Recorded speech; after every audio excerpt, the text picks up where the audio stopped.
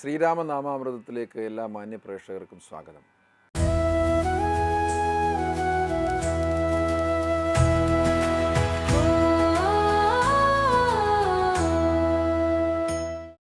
രാമായണങ്ങൾ കേട്ട് ഉണരുന്ന പ്രഭാതങ്ങളും രാമായണം കേട്ട് അസ്തമിക്കുന്ന പ്രദോഷങ്ങളും സന്ധ്യകളും നിറഞ്ഞതായിരുന്നു നമ്മുടെ ഈ ഭാരതത്തിൻ്റെയും കേരളത്തിൻ്റെയും പ്രത്യേകതകൾ തന്നെ കർക്കിടക മാസത്തിൽ. ഈ ഒരു കർക്കിടക മാസത്തിൽ ഈ രാമായണത്തിൻ്റെ ഓരോ വരികളും നമ്മുടെ ഹൃദയത്തിലേക്ക്, നമ്മുടെ മനസ്സിലേക്ക്, നമ്മുടെ കർണപുടങ്ങളിലേക്ക് ഒക്കെ വരുമ്പോൾ ആത്മീയമായ ശുദ്ധിയും ഭൗതികമായ ശുദ്ധിയും നമുക്ക് വരികയാണ്. ഇവിടെ ശ്രീരാമചന്ദ്രൻ സീതാമാതാവിനെ പിരിഞ്ഞ് അന്വേഷിക്കുന്ന ഭാഗത്തിലൂടെയാണ് ഈ ആരണ്യകാണ്ഡത്തിൽ കടന്നുപോയത്. സീതയെ രാവണൻ തട്ടിക്കൊണ്ട് പുഷ്പക വിമാനത്തിലേക്ക് പോകുമ്പോൾ, പുഷ്പക വിമാനത്തിലൂടെ കൊണ്ടുപോകുമ്പോൾ അവിടെ ഒരു പക്ഷിശ്രേഷ്ഠൻ ജടായു, നോക്കണം, ഭാരതത്തിൻ്റെ ചരിത്രത്തിൽ സ്ത്രീയെ ആക്രമിക്കപ്പെടുമ്പോൾ ഒരു പക്ഷി പോലും, പക്ഷി രാജാവെന്നാണ് പറയുന്നത്, ഒരു പക്ഷി രാജാവ് വന്ന് തടഞ്ഞു. അതാണ് ജടായു. ഒരു പക്ഷി പോലും ആ കാലഘട്ടത്തിൽ സ്ത്രീത്വത്തെ ആക്രമിക്കുമ്പോൾ, അപമാനിക്കുമ്പോൾ അതിന് പരിഹാരമായി അതിന് എതിരെ പ്രതികരിക്കുകയും സ്ത്രീയെ രക്ഷിക്കാൻ, സീതയെ രക്ഷിക്കാൻ ശ്രമിക്കുകയും ചെയ്തു എന്നുള്ളതാണ്. ഇന്നത്തെ കാലഘട്ടത്തിൽ നമ്മളുടെ ഉള്ളിലേക്ക് വരേണ്ടത് ജീവകാരുണ്യമാണ്. സ്ത്രീക്കാണെങ്കിലും പുരുഷനാണെങ്കിലും ആർക്കാണെങ്കിലും ഒരു ദുഃഖമോ അപകടമോ ആപത്തോ നേരിടുമ്പോൾ അവരെ രക്ഷിക്കുക എന്നുള്ളത് മനുഷ്യധർമ്മമാണ്. ഒരു പക്ഷി പോലും ഇവിടെ രക്ഷിക്കാൻ ശ്രമിച്ചു. ജടായു എന്ന് പറയുന്ന പക്ഷിശ്രേഷ്ഠൻ പറന്നുയർന്ന് രാവണൻ്റെ പുഷ്പക വിമാനത്തോടൊപ്പം പറന്നുയർന്ന് ആകാശത്തിൽ വെച്ചുള്ള യുദ്ധമാണ്. ആ പരസ്പര യുദ്ധത്തിൽ ജടായുവിൻ്റെ ചിറകരിഞ്ഞ് അവിടെ താഴെ വീണു. ആ ജടായു കിടക്കുകയാണ് രാമനെ കാത്ത്. ജടായുവിന് പോലും മോക്ഷം കൊടുക്കുകയാണ്, ഒരു പക്ഷിക്ക് പോലും മോക്ഷം കൊടുക്കുകയാണ്. ഇത് മനസ്സിലാക്കേണ്ടത്, രാമനെ ഇവിടെ ഒരു സാധാരണക്കാരനായി ചിത്രീകരിച്ചിട്ടുണ്ടെങ്കിലും ഇതെല്ലാം ഒരു സിംബോളിക്കലായിട്ടാണ്. സാധാരണ ഒരു മനുഷ്യനെയാണ് ഇവിടെ അതിലൂടെ ചിത്രീകരിച്ചിരിക്കുന്നത്. ഒരു സാധാരണ മനുഷ്യന് ഏതൊക്കെ വികാരങ്ങളിലൂടെയും വിക്ഷോഭങ്ങളിലൂടെയും പ്രതിബന്ധങ്ങളിലൂടെയും കടന്നു പോകുമെന്നാണ് രാമനിലൂടെ ഇവിടെ ചിത്രീകരിച്ചിരിക്കുന്നത്. അപ്പോഴും ആ അവതാര ഉദ്ദേശമനുസരിച്ചിട്ടുള്ള ഓരോ കാര്യങ്ങളും, അഹല്യയ്ക്ക് മോക്ഷം കൊടുക്കുന്നു, അടുത്തത് ശൂർപ്പണഖയ്ക്കും താടകയ്ക്കും ഒക്കെ മോക്ഷം കൊടുക്കുന്നു. പിന്നീടോ ജടായുവിൻ്റെ ഗതി, ആ പക്ഷിരാജാവ് കാത്തു കിടക്കുകയാണ്. എന്തിന്? രാമാവതാര കാലഘട്ടത്തിൽ രാവണൻ വരുമെന്നും ആ രാവണൻ സീതയെ തട്ടിക്കൊണ്ടുപോകുമ്പോൾ തടയുകയും രാമൻ അന്വേഷിച്ചു വരുമ്പോൾ രാമനുള്ള വഴികാട്ടിയാകാൻ, സീതാദേവിയെ എങ്ങോട്ട് കൊണ്ടുപോയി എന്നുള്ള തെളിവ് പറഞ്ഞു കൊടുക്കാൻ അവിടെ കിടക്കുകയാണ്. ആ ജടായുവിൻ്റെ അരികിലേക്ക് ശ്രീരാമദേവൻ എത്തിച്ചേർന്നു. ജടായുവിൻ്റെ സ്തുതി, ജടായു സ്തുതി ആണ് ഇനി നമുക്ക് ആ ജടായു സ്തുതിയിലൂടെയാണ് കടന്നു പോകേണ്ടത്. അഗണ്യഗുണമാദ്യം അവ്യയം അപ്രമേയം അഖില ജഗൽ സൃഷ്ടിസ്ഥിതി സംഹാരമൂലം പരമം പരമാനന്ദം പരമാത്മാനം വരദമഹം പ്രണതോസ്മി സന്തതം രാമം മഹിത കടാക്ഷ വിക്ഷേപിതാമരശുജം രഹിതാവതി സുഖമിന്ദിരാ മനോഹരം ശ്യാമളം ജടാമകുടോജ്വലം ചാപ ശരകോമളകരാംബുജം പ്രണതോസ്മ്യഹം രാമം ഭുവനഗമനീയരൂപമീഡിതം ശത രവിഭാസുരമഭീഷ്ടപ്രദം ശരണദം സുരപാദമൂലരചിതാ നിലയനം സുരസഞ്ജയസേവ്യം പ്രണതോസ്മ്യഹം രാമം ഭവകാനന ദവഃ ഭവകാനന ദേവദഹന നാമധേയം പങ്കജഭവമുഖ ദൈവതം ദേവം ധനുജപതി കോടി സഹസ്ര വിനാശനം മനുജാകാരം ഹരിം പ്രണതോസ്മ്യഹം രാമം ഭവനാകരം ഭവൽ സ്വരൂപിണം ഭവഭീവിരഹിതം മുനിസേവിതം പരം ഭവസാഗരതരണാംഗ്രി പോതകം നിത്യം ഭാവനാശയാനിശം പ്രണതോസ്മ്യഹം രാമം ഗിരിസുധാഹൃദയാംബുജവാസം ഗിരിനായകധരം ഗിരിഭക്ഷാരിസേവ്യം സുരസഞ്ജയതനുജേന്ദ്ര സേവിതപാദം സുരമണിനിപം പ്രണതോസ്മ്യഹം രാമം പരതാരാർദ്ധ പരിവർജിതമനീഷിണാം പരപുരുഷഗുണഭൂതി സന്തുഷ്ടാത്മനം പരലോകൈക ഹിതനിരതാത്മനം സേവ്യം പരമാനന്ദയം മമയം പ്രണതോസ്മ്യഹം രാമം സ്മിതസുന്ദരവികസിതവക്ത്രാംബൂരകം സ്മൃതിഗോചരമസിതാംബുദകളേവരം സിതപങ്കജാരുനയനം രഘുവരം നന്ദിനീവരം പ്രണതോസ്മ്യഹം രാമം ജലപാത്രൗകസ്ഥിതരവിമണ്ഡലം പോലെ സകല ചരാചര ജന്തുക്കളുള്ളിൽ വാഴും പരിപൂർണാത്മാനം അദ്വയം അവ്യയമേകം പരമം പരാപരം പ്രണതോസ്മ്യഹം രാമം വിവിധമാധവശംഭുരൂപഭേദേന ഗുണ ത്രിതയ വിരാജിതം കേവലം വിരജാന്തം ത്രിദശമുനിജനസ്തുത്യമവ്യക്തം അവ്യം ക്ഷിതിജാമനോഹരം പ്രണതോസ്മ്യഹം രാമം മന്മദ ശതകോടി സുന്ദരകളേപരം ജന്മനാശാദിഹീനം ചിന്മയം ജഗന്മയം നിർമ്മലം ധർമ്മധാരമഭ്യനാധാരം നിർമ്മമാത്മാ രാമം പ്രണതോസ്മ്യഹം രാമം ഈ സ്തുതി കേട്ട് രാമചന്ദ്രൻ പ്രസന്നനായി പുത്രൻ തന്നോടരളി ചെയ്തു മധുരമായി അസ്തു തേ ഭദ്രം ഗച്ഛപദം മേ വിഷ്ണോപരം ഈ സ്തോത്രം എഴുതിയും പഠിച്ചും കേട്ടുകൊണ്ടെന്നാൽ ഭക്തനായുള്ളവനും വന്നിടും മത്സാരൂപ്യം പക്ഷീന്ദ്ര നിന്നെ പോലെ മൽപരായണനായാൽ. ഇങ്ങനെ രാമവാക്യം കേട്ടു പക്ഷിശ്രേഷ്ഠൻ അങ്ങനെ തന്നെ വിഷ്ണു സാരൂപ്യം പ്രാപിച്ചു ബ്രഹ്മപൂജിതമായ പദവും പ്രാപിച്ചു ദേ നിർമ്മലരാമനാം ചൊല്ലുന്നോ ജനം പോലെ. ഈ ജന്മത്തിൽ ഭഗവാനിലേക്ക് ലയിക്കുക, നദി ഒഴുകി സമുദ്രത്തിൽ ചേരുന്നത് പോലെ ഒരു മനുഷ്യജന്മത്തിൻ്റെ ശ്രേഷ്ഠത എന്ന് പറയുന്നത് ഭഗവാനിലേക്ക് ലയിക്കുക എന്നുള്ളതാണ്. അപ്പം ഇവിടെ ഈ പക്ഷി ശ്രേഷ്ഠന് ഭഗവാൻ തന്നെ പറയുന്നുണ്ട്, എന്താ, ഈ മനുഷ്യാണാം സഹസ്രേഷു കച്ചിത് യഥപി ദുർലഭം. സഹസ്രകോടി മനുഷ്യന്മാരുണ്ടായാൽ ആ മനുഷ്യരിൽ കേവലം 1% ആളുകൾ മാത്രമേ എന്നെ അറിയുന്നുള്ളൂ. അതിൽ നിന്നൊരു ശതമാനം മാത്രമേ എന്നെ മനസ്സിലാക്കുന്നുള്ളൂ, എൻ്റെ അനുഗ്രഹം സ്വീകരിക്കുന്നുള്ളൂ. അപ്പം ഇവിടെ ഒരു മനുഷ്യായുസ്സിൽ നമ്മൾ അനുഭവിക്കുന്ന എല്ലാ കാര്യങ്ങളും ജനിക്കുമ്പോൾ തന്നെ കൃത്യമായി നിശ്ചയിക്കപ്പെട്ടിട്ടുള്ളതാണ്.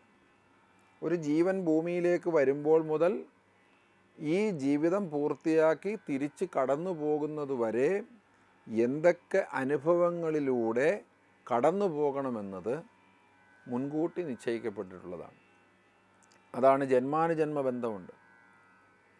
നമ്മൾ പറയുന്നുണ്ട്, ജന്മാന്തരകൃതം പാപം വ്യാധിരൂപേണ ജായതേ തൽശാന്തിരൗഷധം ജപഹോമദാനാദർച്ചനാദിവി. ജന്മജന്മാന്തരങ്ങളായി നമുക്ക് വരുന്ന പാപകർമ്മങ്ങൾ ആണ് നമുക്ക് രോഗവും കടവും ദാരിദ്ര്യവും അനപത്യതയും മരണവും ഒക്കെയായി അനുഭവപ്പെടുന്നത്. അപ്പം ഇവിടെ രാമൻ്റെ അവതാര കാലഘട്ടത്തിൽ രാമൻ ഇങ്ങനെ സംഭവിക്കുവാൻ പൂർവജന്മത്തിലൊരു ഫലമുള്ളതിനെക്കുറിച്ച് മുൻ അധ്യായത്തിൽ നമ്മൾ പഠിച്ചു. എന്താണ്? ദക്ഷപ്രജാപതിയുടെ പുത്രിയായിരുന്നു സതീദേവി. ആ സതീദേവി ശിവഭഗവാന്റെ പത്നിയാണ്, പ്രഥമ പത്നിയാണ്.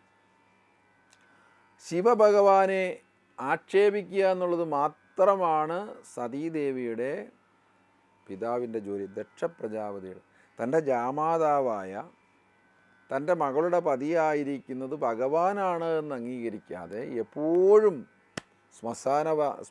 ശ്മശാനവാസിയാണ്, പാമ്പിനെ കഴുത്തിലിട്ടവനാണ്, പുലിത്തോലെടുത്തവനാണ്, അതാണ് ഇതാണ് എന്നൊക്കെ പറഞ്ഞ് കുറവുകൾ കണ്ടെത്തി എപ്പോഴും ഭഗവാനെ പരിഹസിക്കുന്ന ആളായി മാറി ദക്ഷൻ. എന്തുകൊണ്ട്? അഹങ്കാരം കൊണ്ട്. ദക്ഷ പ്രജാപതിയുടെ ശിരസ്സറക്കുകയാണ് ചെയ്തത്. കാര്യം എന്താ? അഹങ്കാരമെന്ന് പറയുന്നത് നമ്മുടെ ശിരസ്സിലാണ്. നമ്മുടെ ശിരസ്സാണ് അഹങ്കാരത്തെ. അതുകൊണ്ടാണ് ദൈവസന്നിധിയിലെത്തുമ്പോൾ ശിരസ് നമിക്കണം, അഹങ്കാരത്തെ നമിക്കണം എന്ന് പറയുന്നത്. നമിക്കുക.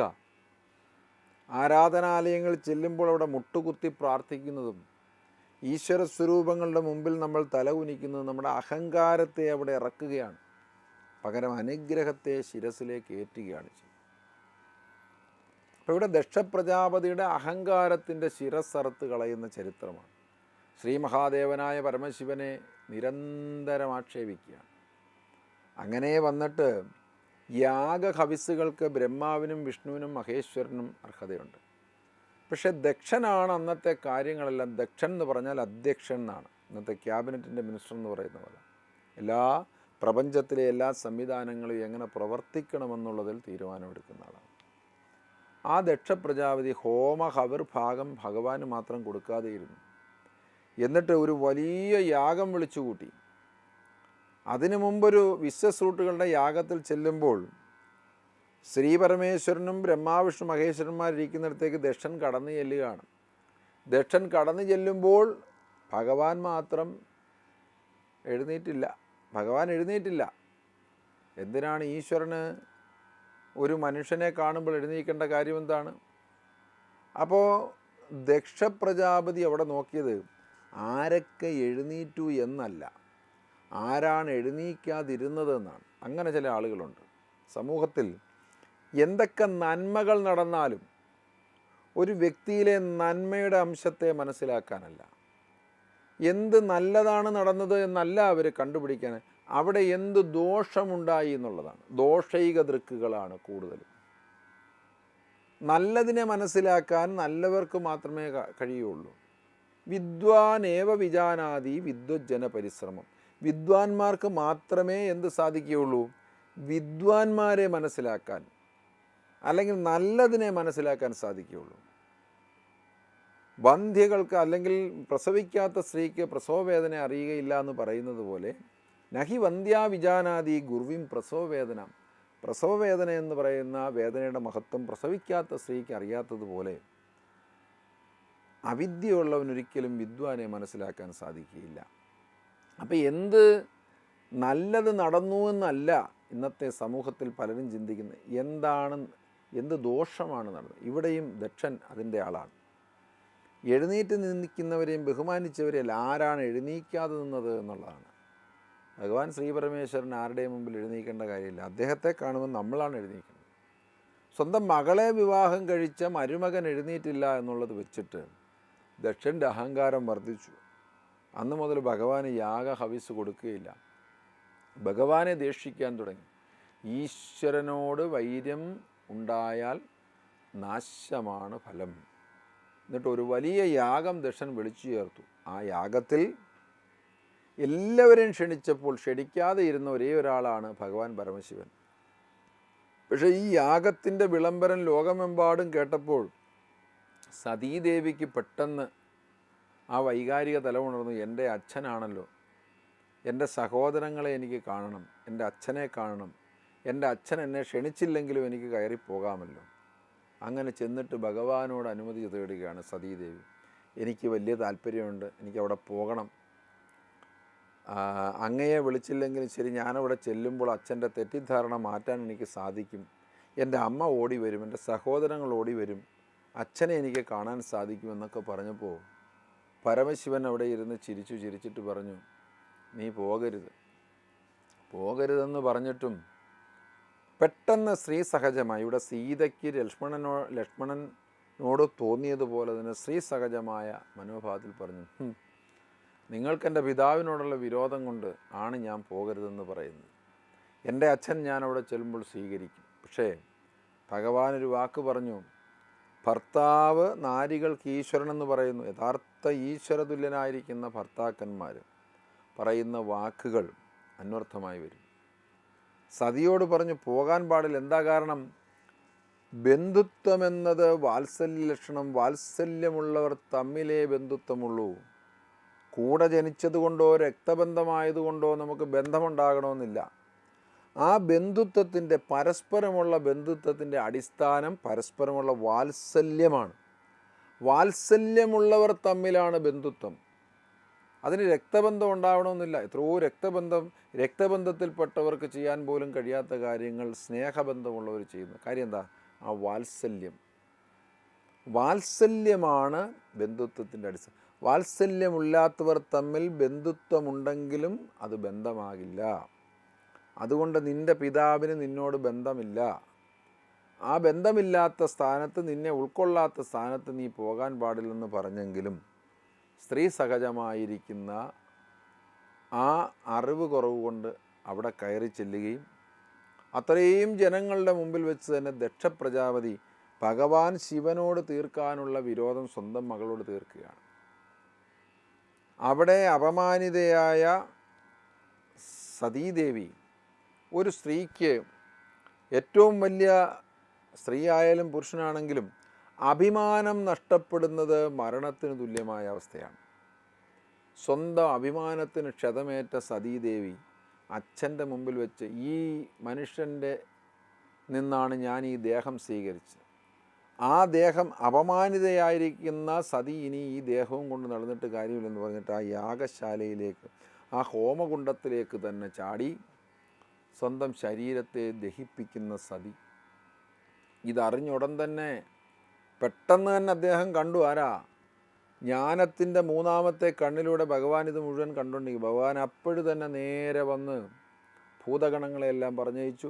ഭൂതഗണങ്ങളെല്ലാവരും വന്ന് ബഹളമുണ്ടാക്കി. അതെല്ലാം കഴിഞ്ഞിട്ട് ഭഗവാൻ പരമശിവൻ തന്നെ നേരിട്ട് വന്ന് ദക്ഷനിഗ്രഹത്തിനായി വന്ന് ശിവതാണ്ഡവമാടുകയാണ്. അതാണ് ശിവതാണ്ഡവം. നമ്മൾ രാവണ ഗീതമൊക്കെ പാടുന്നു. രാവണൻ താണ്ഡവമാടുന്ന ശിവനെ കണ്ടുകൊണ്ട് എഴുതിയ ഗീതമുണ്ട്, രാവണ ഗീതമുണ്ട്. ഭഗവാൻ ശിവൻ താണ്ഡവമാടുകയാണ്. ഈ താണ്ഡവ നൃത്തത്തിൽ 14 ലോകങ്ങളും വിറച്ച് കിടുങ്ങുകയാണ്, സകല ചരാചരങ്ങളും. പക്ഷേ അവിടെ നിർമ്മലനായി ഒരാൾ മാത്രം, ചിരിച്ചുകൊണ്ടൊരാൾ മാത്രം ഇങ്ങനെ നിൽക്കുകയാണ്. ആരാണ്? ശ്രീ മഹാവിഷ്ണു. അദ്ദേഹം ഈ സതിയെ ദേവിയുടെ കത്തിക്കരിഞ്ഞ ശരീരം കയ്യിലെടുത്തുകൊണ്ട് നൃത്തമാടുന്ന ശിവഭഗവാന്റെ മുഖത്ത് നോക്കി ചോദിച്ചു, ഇത്രയുമൊക്കെ വേണോ? ജാതസ്ഥി ധ്രുവോർ മൃത്യു. ജനിച്ചവൻ മരിക്കും, മരിച്ചവൻ ജനിക്കും. അങ്ങയ്ക്ക് ഇത്രയും വൈകാരികത വേണമെന്ന് ചോദിച്ചപ്പോൾ ഭഗവാന് കോപം വന്നു. പെട്ടെന്നുണ്ടായ കോപത്താൽ ഭഗവാൻ ശപിച്ചു. എന്താണ് ശപിച്ചത്? നീ കൃഷ്ണനായും രാമനായും ഒക്കെ ഭൂമിയിൽ അവതരിക്കും. മഹാവിഷ്ണുവിൻ്റെ അംശാവതാരങ്ങളാണ്. അങ്ങനെ രാമനായി അവതരിക്കുന്ന രാമാവതാര കാലഘട്ടത്തിൽ നിൻ്റെ ഭാര്യയെ നീ പിരിയുമ്പോൾ അവിടെ നിനക്ക് മനസ്സിലാകും എന്താണ് എനിക്കുണ്ടായ ദുഃഖമെന്ന് നീ അങ്ങനെ അറിയട്ടെ എന്ന് ശപിച്ചത് മൂലം ആ പൂർവജന്മത്തെ ശാപം രാമസീത വിരഹത്തിൻ്റെ പിന്നിലുണ്ട് എന്ന് രാമായണം സങ്കല്പിക്കപ്പെടുന്നുണ്ട്. അപ്പം ഇവിടെ ഇതെല്ലാം കഴിഞ്ഞ് കബന്ധഗതി ഈ ദിവ്യനായിരിക്കുന്ന പക്ഷിശ്രേഷ്ഠൻ, ആ പക്ഷിശ്രേഷ്ഠനാണ് ശരിക്കും ശ്രീരാമദേവന് സീതാദേവി എങ്ങോട്ട് കൊണ്ടുപോയി എന്നുള്ള അറിയിപ്പ് കൊടുക്കുന്നത്.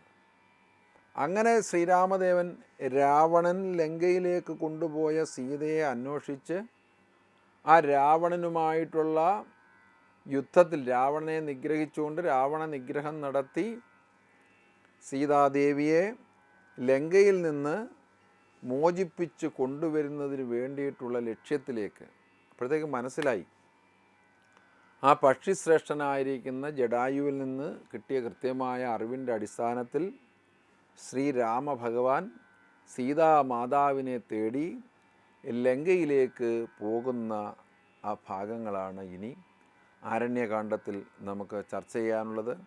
അവിടെ ഇനി ശബരിയുടെ ആശ്രമത്തിൽ അദ്ദേഹം കടന്നു വരുന്ന സമയത്തെല്ലാം എന്തിനാണോ അവതാരം എന്ന് പറയുമ്പോൾ എന്താണ്, എന്തിനാണൊരു അവതാരം എടുക്കുന്നത് വെച്ചാൽ യഥാഹി ധർമ്മസ്യ ഗ്ലാനിർഭവതി ഭാരത അഭ്യുത്ഥാനം അധർമ്മസ്യ തഥാത്മാനം സൃജാമ്യഹം.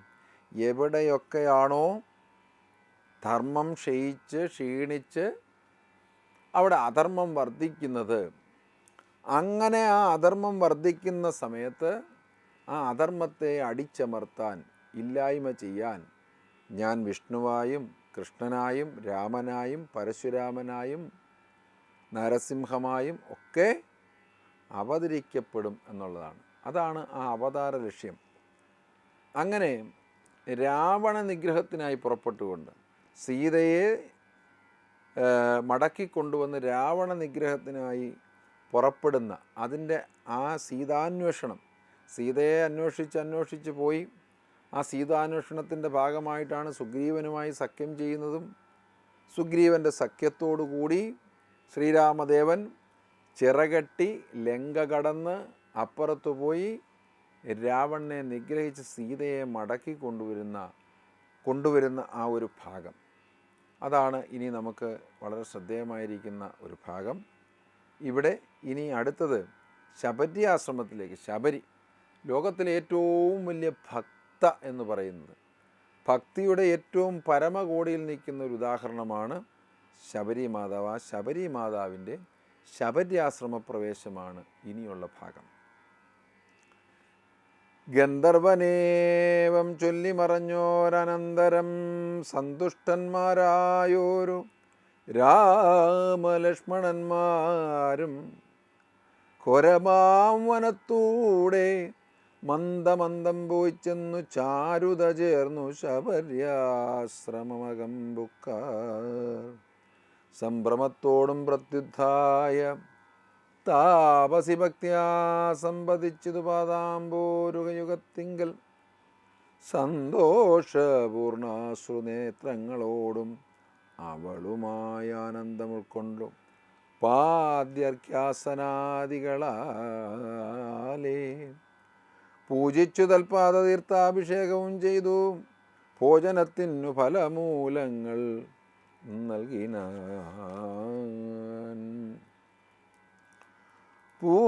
പൂജയും പരിഗ്രഹിച്ച് ആനന്ദിച്ചിരുന്നത് രാജീവ നേത്രന്മാരും രാജനന്ദനന്മാരും അന്നേരം ഭക്തി പൂണ്ടു തൊഴുതു ചുന്നാളവൾ ധന്യയായി വന്നേന് അഹമിന്നു പുണ്യാതിനേക്കാൾ എന്നുടെ ഗുരുഭൂതന്മാരായ മുനിജനം നിന്നെയും പൂജിച്ച് അനേകായിരത്താണ്ടു വാണറന്നു ഞാൻ അവരെയും ശുശ്രൂഷിച്ചിരുന്നിതു. പിന്നെ പോയി ബ്രഹ്മപാദം പ്രാപിച്ചാരവർകളും എന്നോട് ചൊന്നാരവരേതുമേ കേതിയാതെ തന്നെയേ നീ വസിച്ചാലും ഇവിടെ തന്നെ നിത്യം പന്നകശായി